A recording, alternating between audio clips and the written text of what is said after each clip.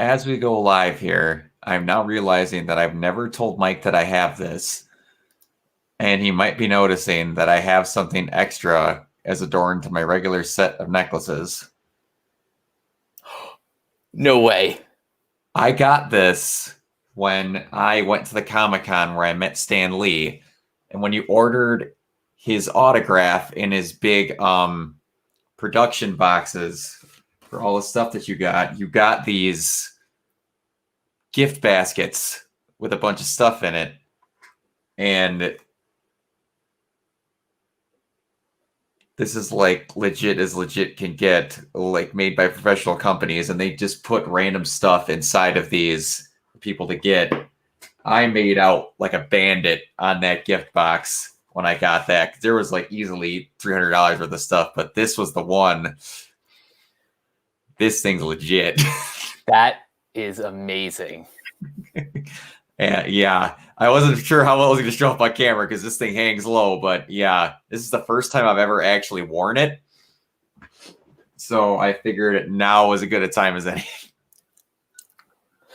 Well, for those who don't know, the episode title for this week's Marvel's What If is What If Doctor Strange lost his heart instead of his hands? Now, as the title implies, an accident occurs which results in the death of Stephen Strange's girlfriend, Christine Palmer. And this results in probably one of the darkest stories that we've seen in the MCU. Mm-hmm. I wasn't expecting Groundhog Day. Yeah, like Groundhog Day, Edge of Tomorrow. Yeah. I meant to bring this up in the last episode, and I forgot that we're starting to actually see. Is it Uatu? Uatu? You're actually starting to see Uatu in the episodes. Like you saw him in the background, like when Fury was driving in the SUV across the canyon. And I forgot to bring it up. I wanted to. And I love how they're depicting him. Mm-hmm. Like the way his eyes and his figure or the silhouette just kind of blend right into the night sky. Mm-hmm. It's just gorgeous. And this is the first episode where, and of course it's Stephen Strange who gets to interact with him. But this is the first time that, you know, he actually gets to engage, not interfere, but just engage with the inhabitants of the universe. Yeah. And I wasn't expecting in the fourth episode for them to have him actually talk with someone. Like, I thought it was a nice touch where he's just like, what the hell was that? And I thought this was as far as it was going to go. But it didn't. If nothing else, this proves that they didn't just hire Jeffrey Wright because they like his voice. Exactly. I mean, like, for narration. No, he's not just the Rod Sterling. He is he's playing a character. Absolutely. He's getting his money. He's getting his worth out of that paycheck, or earning his paycheck, as I should say.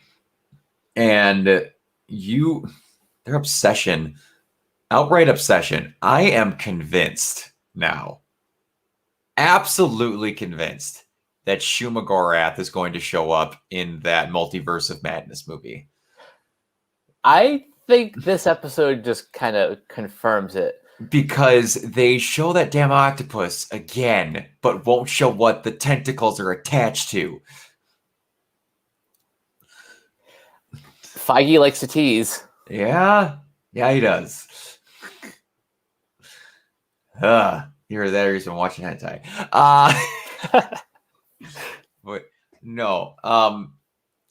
Before we gush a lot about this episode, because we're going to gush a lot about this episode, remember when I said how everything looked gorgeous in all of these? Yeah. This is the first one that had something that didn't look gorgeous, and in my opinion, kind of looked bad. Okay. The smoke coming off of the people. Hmm. Or the gooey, whatever that was. Didn't look great, in my opinion. It looked like it was kind of awfully animated. I kind of see, I can see where you're coming from with that. Yeah. Something felt, it how should I put this? And honestly, it's the only dent in what might otherwise rival my favorite episode so far. Yep, no, I would agree. Everything else looked great. It was just that where I was kind of like, that really sticks out. But yeah, it's did Cumberbatch voice this? Yes. Okay. So yeah. In this episode, everyone is back. Everyone from Cumberbatch to Rachel McAdams. That one shocks me. Really? Because wasn't there something about how she wasn't too overly impressed? I thought I heard that, but or like wasn't too into it. as I'm reading her Wikipedia, she'll also be back for in the Multiverse of Madness. Okay, all right. So as far as like we know, everything is right as rain. All right, that's fine. I like Rachel McAdams, so that works. Anyway, so it's Cumberbatch, it's McAdams, Benedict Wong is back, Tilda Swinton, and Ike Amati, I guess, plays the librarian, and Leslie Bibb is... Who is she in this? Oh, their characters were there. This only had like 4 characters in it. Who the hell was she? Oh, she must have been Christine Everhart. Yeah, I couldn't pick her out of the episode, but you know, okay. as far as like the main, you know, the main people, yeah, it's great to hear them back in the roles. And Wong's not going anywhere. We're gonna see Wong in almost everything, I imagine. Wong is quickly becoming the Coulson. Yes. I know, like, we saw him in Shang-Chi. We're going to see him in No Way Home. I literally hope he is the Coulson of Phase 4. He's perfect. He can get everywhere faster than Coulson, too. He just has to open up the slinger and be like, God, I have no time for the speech. Just get in the portal. We'll talk after. Just, God, get in here. You could tell he's having the time of his life doing this stuff. Oh, absolutely. Yeah. So we're all good there. But yeah, this was very, again, this reminds me of and you don't watch Supernatural, correct? Or haven't? I've literally only watched the Scooby-Doo crossover. Okay. This specifically reminds me of Mystery Spot, which is a random one-off episode, which is one of the first episodes I ever watched of Supernatural. When a buddy of mine, Dylan Gullickson, was introducing me to the show. He introduced me to 4 random episodes for the 5 seasons that were out at the time, and that was one of them, where the brother Dean Winchester keeps dying when they go to this Mystery Spot place. And then he dies like 300 some odd times in that episode for the count. But it's just to the point of stupidity where like, and when you find out later in the episode that the trickster god Loki Of course. As he is referred to as that time. He's something else, but he's referring to himself as the trickster. I don't remember if he's exactly Loki, but he refers to himself as a trickster. And it's like at first they go to investigate this mystery spot, and then he gets blown away with a shotgun by the owner because they scare him. And then they tie him up just so he doesn't blow him away, and then he dies another way. And then like, all right, we're just gonna eat breakfast, and then whatever. And then he chokes to death on the bacon. And then like, no, we're not going out to breakfast. And then he slips and falls in the shower. And then like, we're not showering, we'll go to death later. And then he all of a sudden cuts his throat with his razor. Like, just they go out of their way that no matter what, he's dying. They will introduce a new factor to how he dies if they try and come up with it. And that was this version of Groundhog Day to a T. And it's I was just like going into the restaurant, the dude with the gun, like he doesn't even go and get her, and then she dies in her building. Remember when I said the last episode was dark? This had a weird Beauty and the Beast moment in it. Yeah. What this really reminds me of, actually, this shockingly reminds me a lot of it now that I'm thinking about it. Do you know anything about the video game Shadow of the Colossus? Vaguely. Okay, in Shadow of the Colossus, this guy named Wander is tricked into, he takes his girl that he loves, or you assume that's what the relationship is. The whole thing, the only thing that talks is Wander to this entity, and then whatever, they're very vague about it, and they're games that are known for not having a lot of dialogue, and you interpret what you want. Like, they don't even speak an actual language. It's reversed echoes and like all sorts of weird stuff. But anyway, he's tricked into killing these colossi, and this guy in this being will fix this girl for him. And he's accumulating all this power, and he starts getting progressively more and more messed up as he kills all these colossi, and this weird black smoke goes into him. And then eventually he finds out he released the ancient being Dorman, and he takes over Wander's body, and he becomes this giant hulking beast that looks like a smoke version of what Strange turns into. Oh, wow. It's kind of scary because then she eventually wakes up after the people that like her father comes in and like takes him down. She then wakes up and like never gets to meet him because of his screw up. Or she meets him later as a kid. There's a really weird ending to that game. But that part is pretty spot on for where they got from this. But it's like, yeah, there's a lot of weird parallels from a couple of spots that this draws from. But yeah. This is a weird one where not a lot happens, but a lot happens. Like centuries he's in there. Apparently. I mean, he's got the Agamotto. He has all the time in the world. Yeah. That's just the weird way that is shown is like the guy is aware that he spent centuries in there. How old is that guy? He's gotta be, I don't know, a couple hundred. Yeah. But he absorbs everything. They start off where he literally absorbs a Keebler elf. Like, they were bordering on copyright infringement. Pretty much. For that first one. And I'm like, did you mean to be that spot on?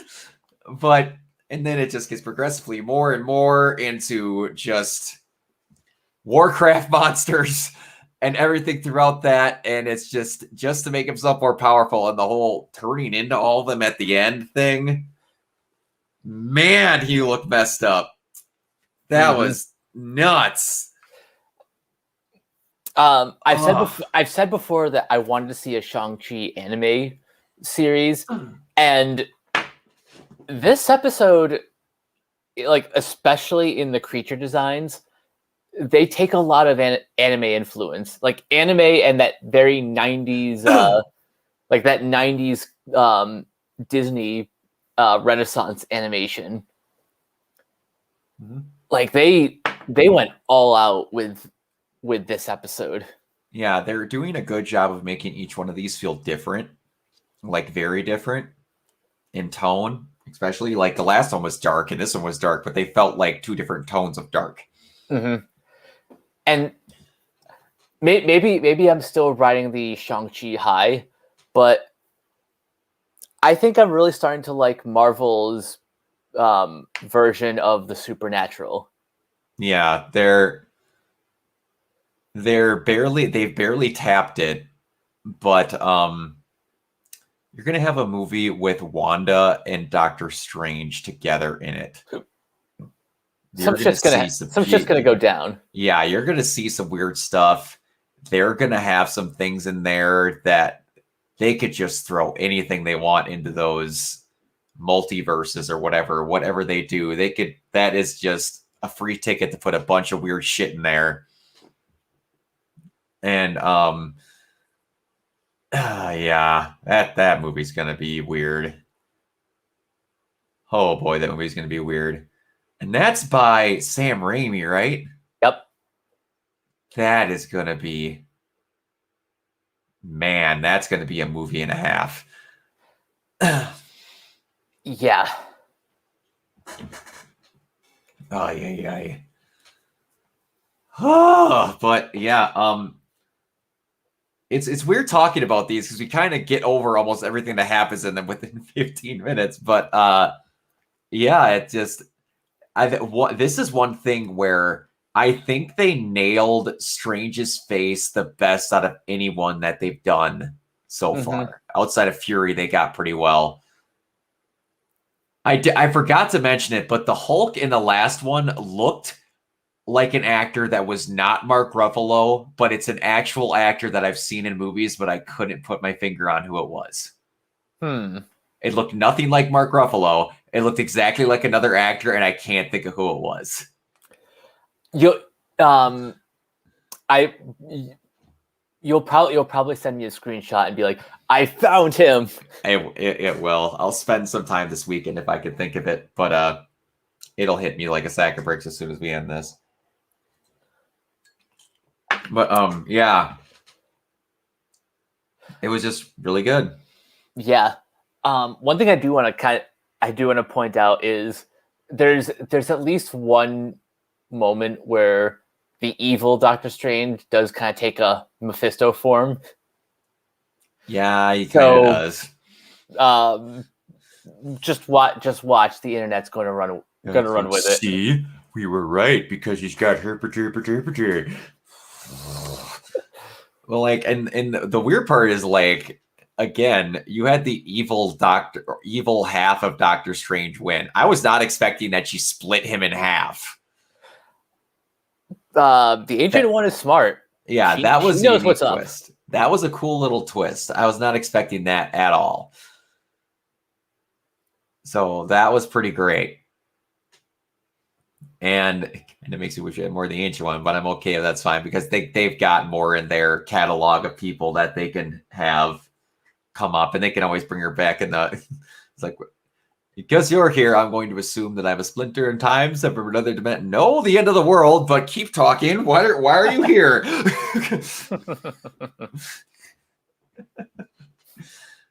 Oh man. It's the end of the world. Oh God, what did I do? What did I do? Exactly. Guy, what happened? Why? I set it down and I didn't do the bad thing. Why are you here? Because the other part of you did. Other part of me. What did you do? That was not the smartest or simplest thing to do. Why did you do it? Yeah. And how cool was the fight between these two? Yeah, it was nuts. It's kind of like why they need to make some more animated movies. Because give or take, they could do this in movies, but it's a lot cheaper to do it in animation. Mm-hmm. so they can make some of this nutsoid shit and not need to blow the bank apart again. Need to remind you that they make an Avengers movie worth of money every month now. Yeah, just as an aside, Shang-Chi is about to break the Labor Day weekend box office record. It's projected for 60 million. Holy shit. And you know, given the asterisks that we're still in the middle of a pandemic, that's even more impressive. That's insane. And you want to know the previous record? What is it? 30.7 million for Rob Zombie's Halloween back in 2007. Holy shit. Well, then again, they kind of Labor Day is known for being a second January for movies. It's never a great weekend. Yeah, it's practically a ghost town. Yeah, because everyone's outside doing stuff on Labor Day. Now, this one has the weird one of where they went Shang-Chi in theaters, Disney Plus distribution, away over there. So I'm waiting to see the flood of people going, gee, people will go to the damn theater if you don't put it at home. This is going to be a whole different kettle of fish. We'll probably talk more about that on an episode of Capes, but yeah, for now, just to reemphasize, Marvel is doing okay. So if I have this right, Phase 1 was just kind of like here are the Avengers. Like you got to fight a bad guy. It's Loki. Okay. Yeah. Loki was the first person they fought. So what? Phase 2. Okay, we're getting more character centric. Some stories are going to be a little bit darker, and we end on Age of Ultron, which sets the stage for Civil War, which kicks off Phase 3, which splits up the Avengers, makes them vulnerable for Thanos to come and wreck house. And now in Phase 4, we've conquered aliens. We've introduced magic. Like we fought Nazis. We've done all this stuff. Now Phase 4 is when things are allowed to get weird. They've introduced 3 things. Space. You saw Nick Fury's out with Sword. Yep. Just out there, and they re-emphasized Sword again in freaking WandaVision. Multiverse and mystical shit. We have 1 billion times the amount of threats that we did in the first one, and we haven't even exited the first phase. Yep. We're 2 movies in. This is ridiculous. Buckle up, guys, because things are about to get nuts. They're about to? Well, good Lord. They're about to get more nuts. This was just the tip of the iceberg. Yeah, it's ay, yes, mio. I freaking just But bring things back to this episode. I gotta ask, A, how much of the original Twilight Zone do you remember? And B, have you ever seen this many downer episodes in a single first season of an anthology?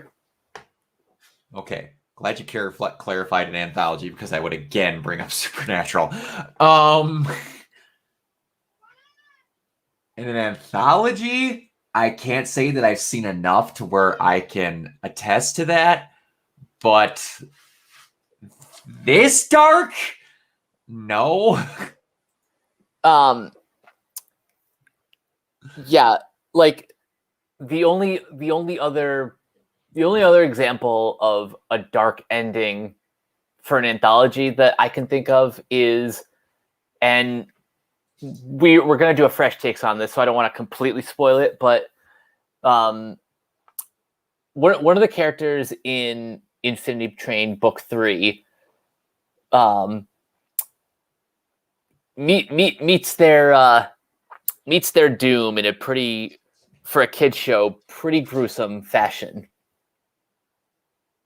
Gotcha. Okay. Yeah, that's a. But yeah. Ending the entire universe, that honestly kind of takes the cake. And then as he just goes, punish me and save her. Nah, dude, you fucked up. See ya. Sorry. Sucks to suck, bro. Oh, I love Uatu. Now I have to ask, is he like I'm vaguely familiar with the Watchers, but he's one of many, right? Like you saw the Watchers in freaking Guardians 2. That's right. Yeah. And then it's like he's supposedly one of them. Like they kind of try to make Stan Lee out to be one of them because he's just like, and then I was this guy that delivered a UPS package. I don't remember what he all said, but they kind of make Stan Lee out to be a Watcher in that one. But it's like, yeah, it's I'm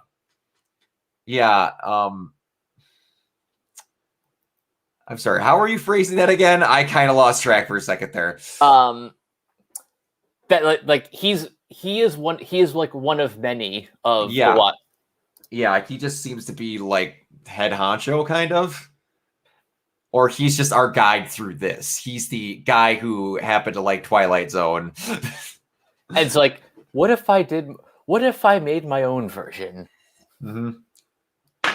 What if I was really bored and wanted to have a TV show? Yeah. He's one of many, and I almost wonder if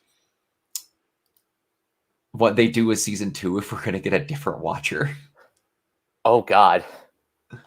Like a more spiteful one, or like I don't know, more spiteful. We just had him in this episode. A more hands-on. A more hands-on, Watcher. Or we might get more of a jokestery one, or I don't know. We could get one that's more hands-on all the time, or one that's only hands-on when it befits him. Like they could have tying threads throughout a season of what ifs. What if? No pun intended. That's the word of the day, kids. What if season 2 isn't like a straightforward what if, but what if like each episode was like a battle world leading up to Secret Wars? Oh, that could be. That could be something. Because, you know, if you're gonna introduce the multiverse, you gotta start thinking big. I would love to see the you know how you always have those murder boards? Yeah. In everything. It's it reminds me of freaking I'm not a huge fan because I think that they try a little bit too much towards crass humor. But and It's Always Sunny in Philadelphia, that freaking thing of Charlie Day going, got that Pepe Sylvia, and he's got the big board going, he's like, it's there. Like, I just imagine Kevin Feige's got one of them the size of a wall inside of an aircraft carrier storage in his house that's got all of this. And he's just like, all right, I can X that one off. We finally did that. We haven't gotten there yet. But man, I'm really proud of myself. It's just like, he's got all this stuff set out, and he was just like, all right, I nailed that one. Now I get to do whatever I want. Mystic Arts, fucking multiverse, aliens, they're going to let me do what I want. We're getting Celestials in a couple months. Exactly. And my biggest thing I have to deal with is apparently Avi Arad with Spider-Man. Yeah, that's gonna be another whole kettle of fish. That's gonna be again aliens. that whole thing's just gonna go wide open. You thought it was gonna be with Guardians. Guardians was still pretty tame in the grand scheme of things, but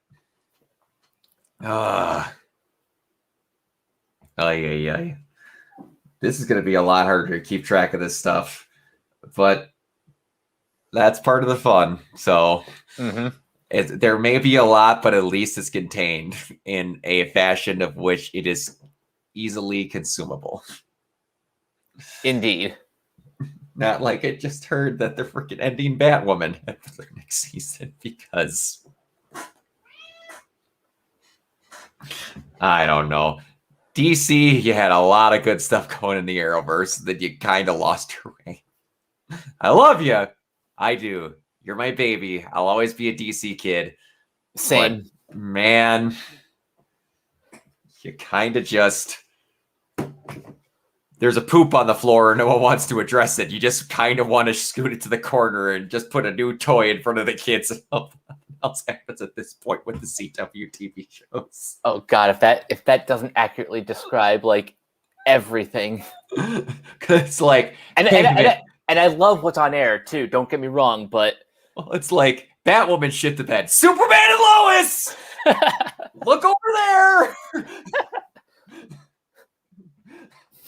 it's every time they're like, "Oh man, that one's gonna go down the tubes." What's the next one? Stargirl. We're gonna start Stargirl. I swear to God. I love them. But so you're going to apologize to Ray Fisher? DC fandom. Exactly. It's just like, look at the. It reminds me of James Willems from Funhouse likes to have this thing where it like people try to play stupid with people in a movie where it's like, no, look at the pretty over here. Look at this. Nope. Don't worry about that detail. It doesn't make sense. Just look at the magic light. Just keep your eye over here and don't worry about that. You'll enjoy it better. Just keep looking over here. All right. So, don't even have too much DC talking here, but yeah. So, yeah, I guess we could get on out of here. We kind of covered everything that is to get out of it. I wouldn't mind, like, if that whole library thing is something they're actually going to bring up in movies. It's too specific a location to have never seen again.